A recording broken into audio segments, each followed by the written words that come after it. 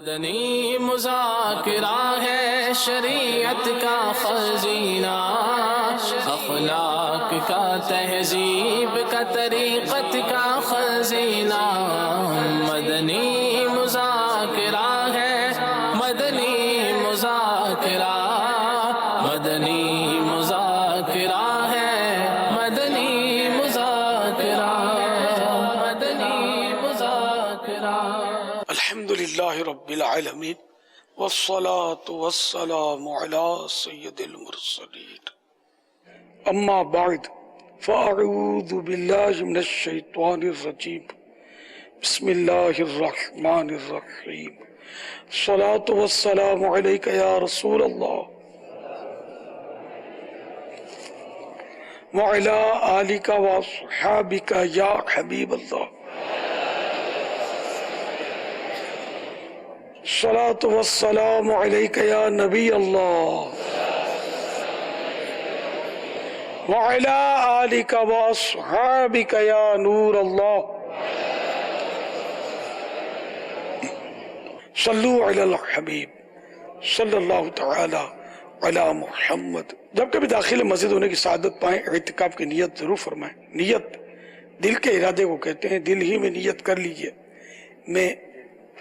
میں نے سنت اعتکاف کی نیت کی۔ یاد رکھیے، مسجد کے اندر کھانا پینا، سونا، سحری، افطار، آب زمزم شریف، دم کیا ہوا پانی پینا، یہ سب اسی صورت میں جائز ہوتے ہیں جبکہ پہلے سے اعتکاف کی نیت کی ہوئی تھی۔ کھانا پینا سامنے آ گیا، اعتکاف کی نیت کھانے پینے کے لیے نہیں ہو سکتی اگر پہلے نہیں کی تھی تو، البتہ ثواب کی نیت سے اعتکاف کی نیت کر لیجئے، پھر کچھ ذکر و درود کر لیجئے، مثلا 12 بار درود شریف پڑھ لیجئے۔ اب چاہیں تو کھا پی اور سو سکیں گے۔ صلو علی الحبیب صلی اللہ تعالی علی محمد۔ فرمان مصطفیٰ صلی اللہ تعالی علیہ وآلہ وسلم، جو مجھ پر ایک بار درود شریف پڑھتا ہے، اللہ عز و جل اس کے لیے ایک قیرات اجر لکھتا ہے، اور قیرات احد پہاڑ جتنا ہے۔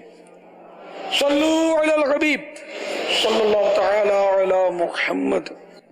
بابا، جنگ قادسیہ کے متعلق ایک میں نے بڑا خوبصورت سا واقعہ پڑھا تھا، میں چاہوں گا کہ اس پر مدنی پھول ملیں، بہت شاید رہنمائی ہو۔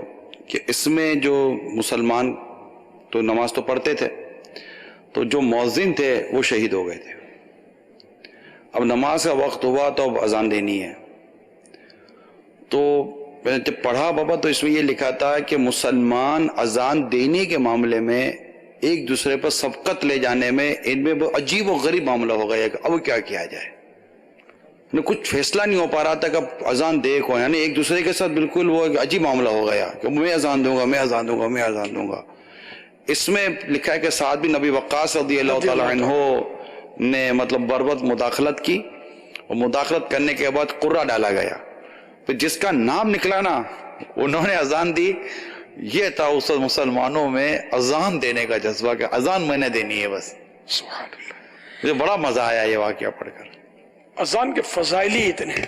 مسلم ابو ہریرہ رضی اللہ تعالیٰ عنہ سے راوی، حضور صلی اللہ تعالیٰ علیہ وآلہ وسلم فرماتے ہیں، اگر لوگ جانتے کہ اذان اور صف اول یعنی پہلی صف جماعت میں جو مسجد میں ہوتی ہے، تو اذان اور صف اول میں کیا ہے، پھر بغیر قرآن ڈالے نہ پاتے تو اس پر قرآن اندازی کرتے۔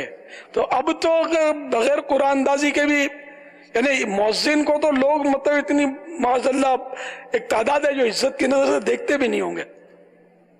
حالانکہ حضرت بلال حبشی رضی اللہ تعالیٰ عنہ کی شہرت کی ایک وجہ، بلکہ شاید سب سے بڑی وجہ ان کا مؤذن ہونا ہے کہ یہ مؤذن رسول اللہ تھے، اگرچہ اور صحابہ بھی مؤذن تھے، ان کو بڑی شہرت ملی ہے اذان کے حوالے سے۔ تو اذان دینا یہ بڑے ثواب کا کام ہے، اور جو یہ سارے فضائل جو ہے نا، یہ فی سبیل اللہ اذان دینے کے، مفت میں اذان دینے کے، اللہ کی رضا کے لیے۔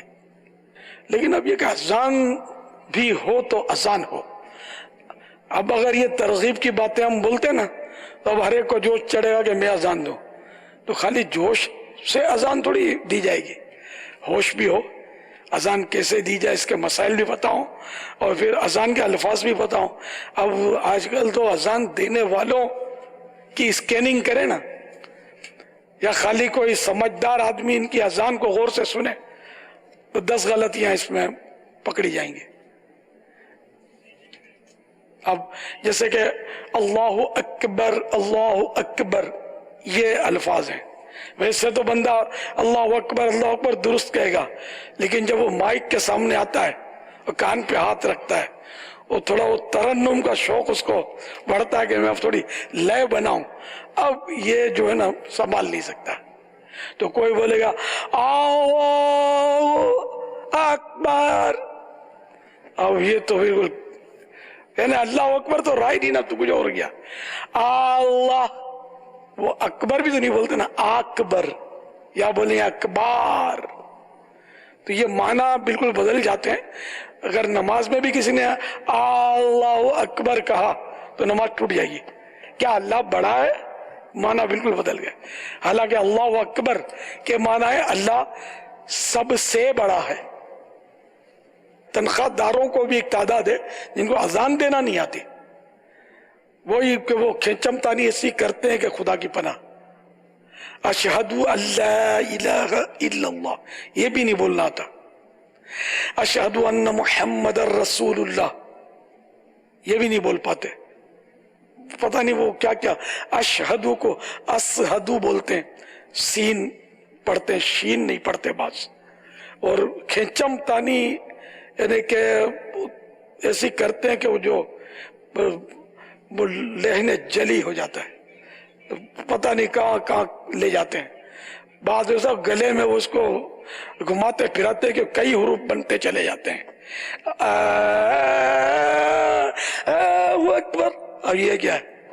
اس نے لفظ اللہ نہیں بولا احتیاطاً, یہ کر رہے ہوتے ہیں. وہ کیا کیا کر رہے ہوتے ہیں, تو معنی بھی خراب, اذان کی سنت تو ادا ہوگی ہی نہیں اس طرح.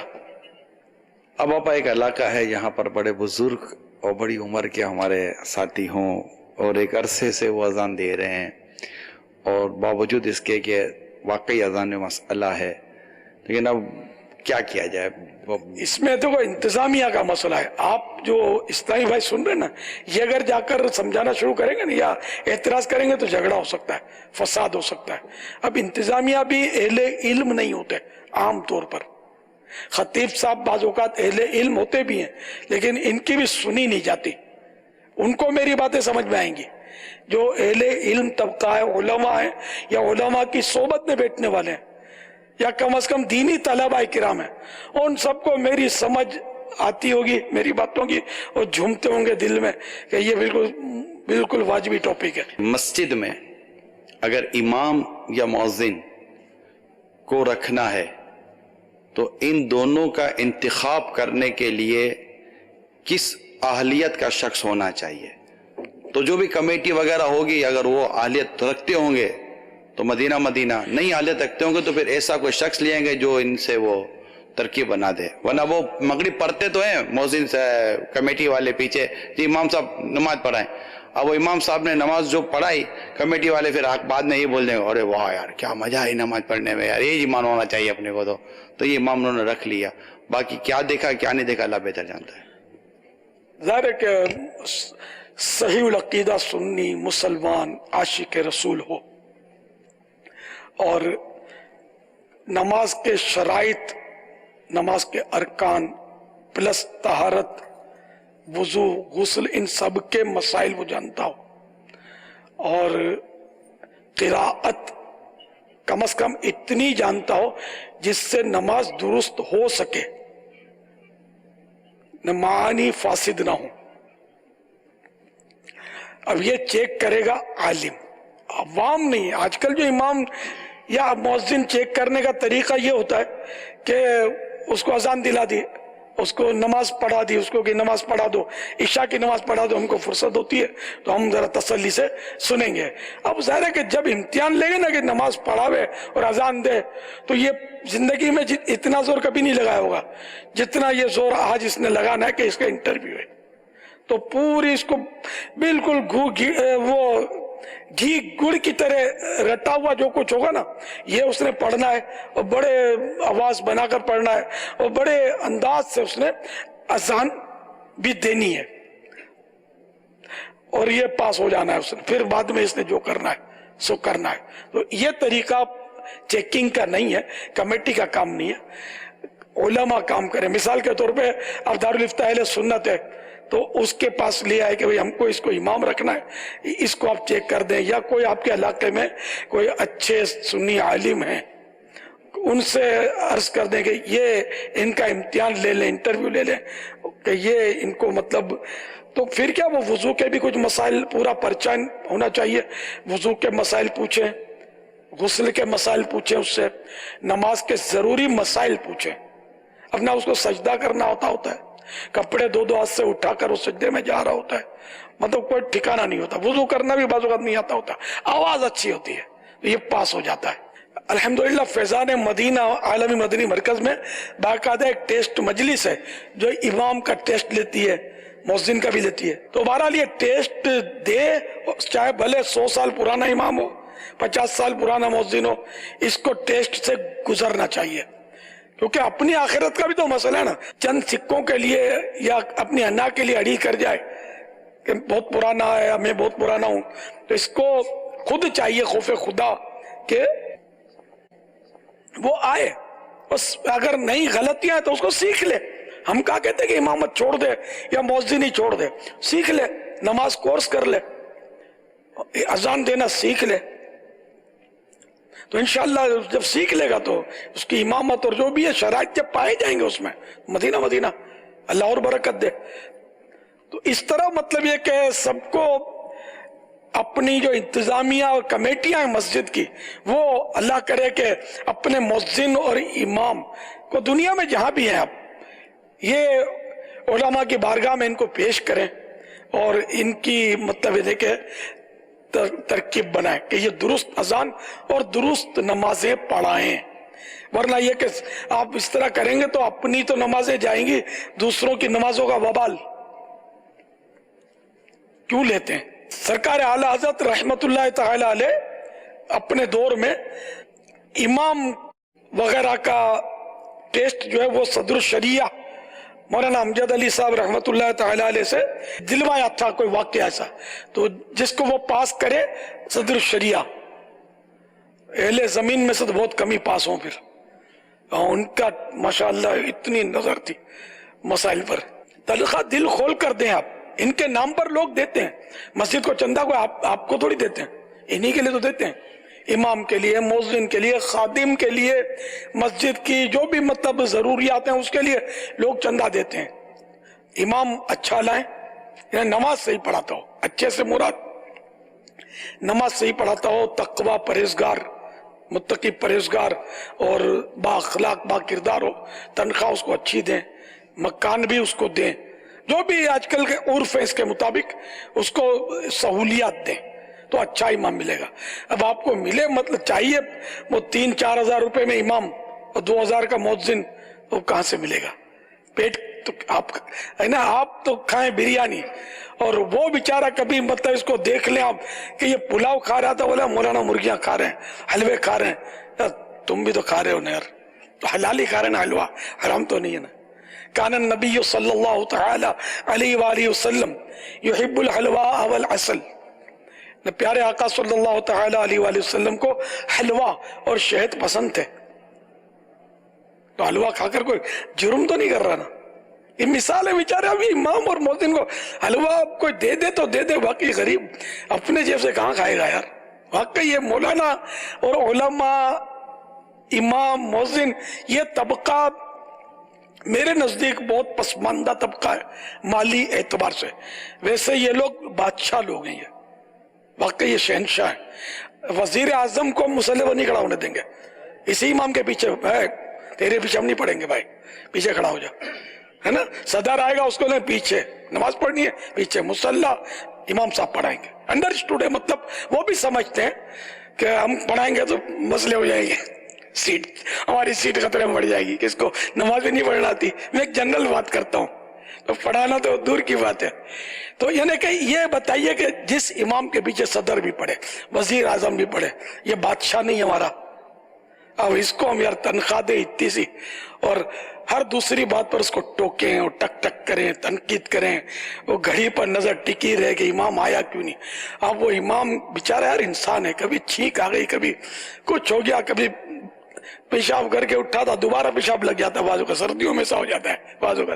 یہ بیچارہ گیا دوبارہ وضو کرنے کے لیے, اب 1 منٹ 2 منٹ غریب لیٹ ہو گیا, مجبوری سے آپ نے اس کا کلاس لے لیا اس کی. تو ایسا نہیں ہونا چاہیے, امام ہے آخر یار. اس کو اماموں کو بھی چاہیے کہ وہ اپنا اخلاق درست رکھیں, ٹائم ٹیبل کا بھی خیال رکھیں. لیکن میں ایک بات کر رہا ہوں کہ عوام کو پھر بھی ان کے سر ہونے کی اجازت نہیں ہے, ان کا احترام ہی کرنا ہے.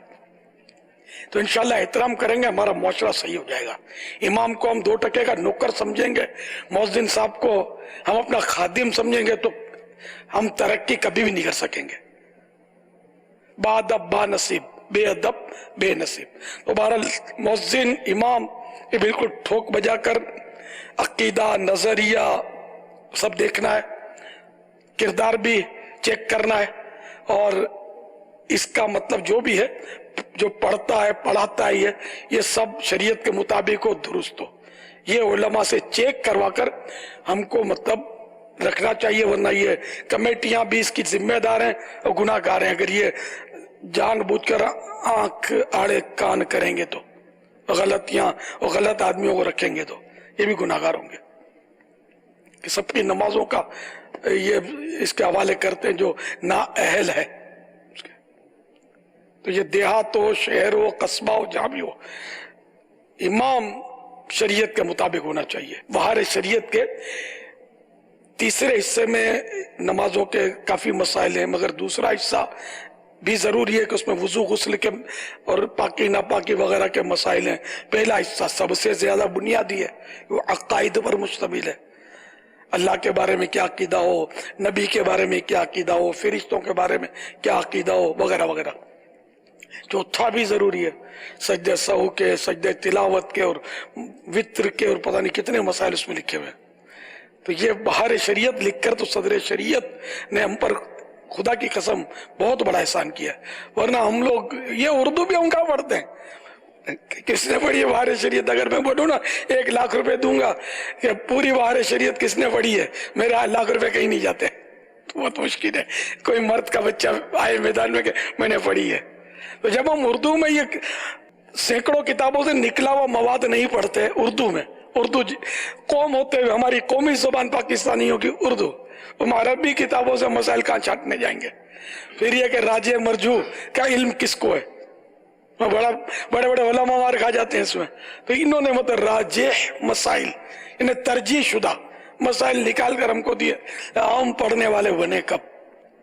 اب میں پیسے گننے سے فرصت نہیں ہے, مسائل کون سیکھے, فرض علوم کون سیکھے. افسوس, 7 کروڑ افسوس, بہت بری حالت ہے. پھر بولو گے مطلب جاہل, پڑھے لکھے ہیں, اچھا ہوں گے. اور جس کو دیکھ کر قرآن تو پڑھنا آئے نہیں, انہیں دیکھ کر بھی قرآن درست پڑھنا نہ آئے, جاہل وہ بھی نہیں ہے, تو جاہل ڈھونڈنے کہاں نکلیں گے؟ کہاں ملتا ہے جاہل بھائی؟ لاکھ ڈگریاں ہوں آپ کے پاس, قرآن کریم دیکھ کر بھی اگر آپ درست نہیں پڑھ سکتے تو میں تو پڑھا لکھا نہیں کہوں گا, کوئی کہتا ہو تو کہتا رہے, وہ بھی آپ جیسا ہی ہوگا جو کہتا ہوگا آپ کو. کہو بھائی ہرکھا اپنے بے سرکھا, دونوں میرے صحیح ہیں. پڑھا لکھا واقعی حقیقت میں پڑھا لکھا وہ ہے کہ جس کو قرآن کریم پڑھنا آتا ہو, درست پڑھنا آتا ہو, نماز درست پڑھنا آتی ہو, وضو کرنا درست آتا ہو, غسل کرنا آتا ہو, جو شریعت کے تقاضے ہیں. جنازے کی دعا تو آتی نہیں ہے, آپ پڑھے لکھے ہوں گے. جنازے میں کتنی تکبیریں, کتنے رکنے, پتہ کچھ بھی نہیں ہے. خالی امام کو دیکھا یوں کنکیوں سے ہاتھ اٹھاتا ہے کہ نیچے کرتا ہے اور یوں کرتے رہے. لوگوں کو دیکھ کر پڑھتے رہے, آتا ہی نہیں ہے کچھ. اگر امام صاحب کسی نماز جنازہ میں نماز جنازہ کا طریقہ ابتداً نہ بتائیں, اس کے بعد جو امام صاحب کے لیے بھی جو دروازہ کھلتا ہے نا نماز کے بعد, کیونکہ لوگوں نے نماز تو اب جو پڑھی وہ پڑھی, ارے کم از کم 2 منٹ لگتے ہیں یار نماز کا طریقہ جنازے کا, کم از کم امام کو نماز جنازہ کا طریقہ نہ بتایا نا, خالی اللہ اکبر کہہ کر نماز شروع کرا دی. اب امام صاحب کو 2 منٹ نہیں مل سکی, بیچارے نے طریقہ نہیں بیان کیا, تو امام یوں یہ 40 سال کا 50 سال کا ہو گیا, اس کو نہ آیا کہ نماز جنازہ کیسے یہ پڑھتے ہیں. اپنے بتاتے ہیں کیا طریقہ آج کل امام جنازے کی نماز کا؟ نارملی بتاتے ہیں, ہر جگہ نہیں بتاتے ہوں گے. یہ ہے کیا کسوٹی کرنی ہے نا, عید کی نماز کا طریقہ امام نہ بتائے اور پڑھا دے, امام کی گئی سیٹ گئی امامت کی. ویسا اللہ گلہ ہو, یعنی امام پر لازم ہے کہ اس کو عید کی نماز آتی ہو, آپ پر کچھ بھی نہیں ہے. یہ کوئی بات تھوڑی ہوئی, سب کو آنی چاہیے عید کی نماز.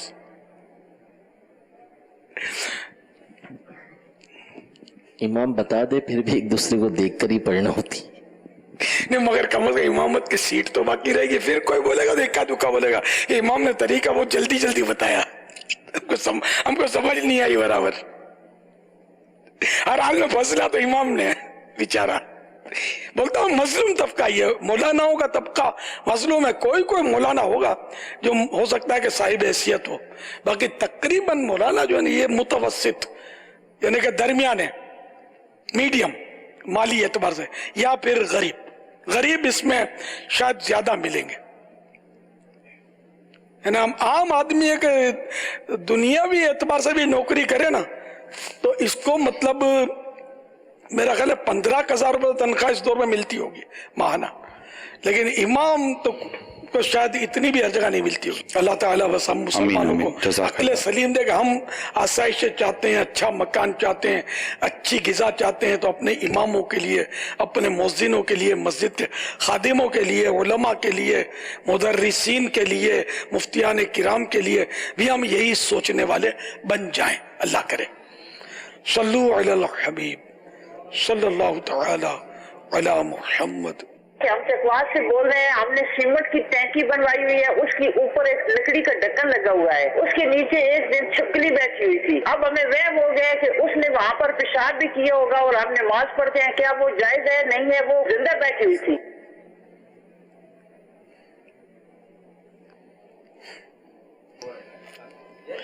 ایک کارپیٹ بچھانے والوں کو بھی کبھی وہم آیا ہے کہ بچے نے پیشاب کر دیا ہوگا؟ حالانکہ بچے پیشاب کرتے ہی ہیں. تو اس طرح وہم سے کوئی چیز بھی ناپاک نہیں ہوتی. خالی چھپکلی نہیں ہوگی, کئی چھپکلیاں ہوں گی, چوہے بھی دوڑتے ہوتے ہیں, مینگنیاں بھی کرتے ہیں. تو اس طرح جب تک یقینی معلومات نہ ہو کوئی چیز ناپاک نہیں ہوتی. واللہ تعالی اعلم ورسولہ اعلم عز وجل وصلی اللہ تعالی علیہ وآلہ وسلم. صلو علی الحبیب صلی اللہ تعالی علی محمد. پیارے باپا جان, میرا نام سیدہ فاطمہ طاہریہ ہے. میں دبئی سے آپ سے بات کرنے کی سعادت حاصل کر رہی ہوں. میرا آپ کی بارگاہ میں سوال ہے, اگر کوئی اسلامی بہن 15 سال کی عمر سے نماز پوری ادا کرنے کی کوشش کر رہی ہو اور 30 سال کی عمر میں انہوں نے اپنی عقیدہ ختم کیا, اب انہیں احساس ہوا کہ نماز کا تلفظ پہلے درست نہیں تھا, کیا وہ اسلامی بہن اپنی 15 سال کی نمازیں ادا کرے گی؟ جواب عنایت فرما دیں. جزاک اللہ خیرا. اگر مخارج سے حروف کی ادائیگی اتنی غلط تھی کہ معنی بدل جاتے تھے, فاسد ہو جاتے تھے معنی, اور اس کا زمانہ کوشش بھی نہیں تھا وہ, تو پھر وہ نماز, اسلامی بہن ہو یا اسلامی بھائی ہو, اس دوران نماز اس کی نہیں ہوتی. تو ایسی اگر صورت تھی تو نماز, وہ جتنی بھی ایسی نمازیں پڑھی وہ دوبارہ پڑھنی ہوں گی, جبکہ اب وہ سب درست ادائیگی کر سکتی ہے. واللہ تعالی اعلم ورسولہ اعلم عز وجل وصلی اللہ تعالی علیہ وآلہ وسلم. صلو علی الحبیب صلی اللہ تعالی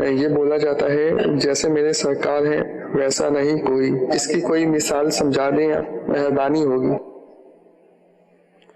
تو پیارے آقا صلی اللہ تعالی علیہ وآلہ وسلم جیسا کوئی نہیں، یہ تو بالکل عقیدہ ہے ہمارا کہ اللہ کے بعد جو بھی مخلوق ہے، اللہ کے بعد جو بھی مخلوق، تو مخلوق میں سب سے افضل تو پیارے آقا صلی اللہ تعالی علیہ وآلہ وسلم کی ذات ہے۔ بلکہ وہ حدیث پاک میں وہ ایک 100 وصال پہ در پہ روزے رکھتے تھے بغیر افطار کے پیارے آقا صلی اللہ تعالی علیہ وآلہ وسلم، دوسرے دن کا بھی روزہ رکھتے تھے۔ تو صحابہ کرام نے بھی پیروی کی، ایسا کیا تو یہ کمزور پڑ گئے۔ تو پیارے آقا صلی اللہ تعالی علیہ وآلہ وسلم نے جو کچھ ارشاد فرمایا اس میں یہ بھی تھا، ایوکم مثلی، تم میں سے کون ہے مجھ جیسا؟ تو اللہ تعالیٰ ان کو کھلاتا ہے، اپنے محبوب کو پلاتا ہے۔ تو یوں اس میں تو جیسے میرے سرکار ہیں ایسا نہیں کوئی، اس میں تو کوئی بالکل، یہ تو عین شریعت کے مطابق ہے یہ جملہ، مصرع ہے شاید کسی کا، کوئی حرج نہیں اس میں۔ اب میری نگاہ